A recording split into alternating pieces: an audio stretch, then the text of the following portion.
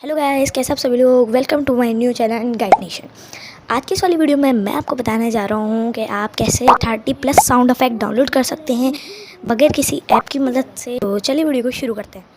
तो गाइस, आपको ना डिस्क्रिप्शन में एक लिंक मिलेगा, वहाँ आपसे जाके आपने ओपन कर लेना है। उसके बाद आपके पास ऐसा सा इंटरफेस आएगा।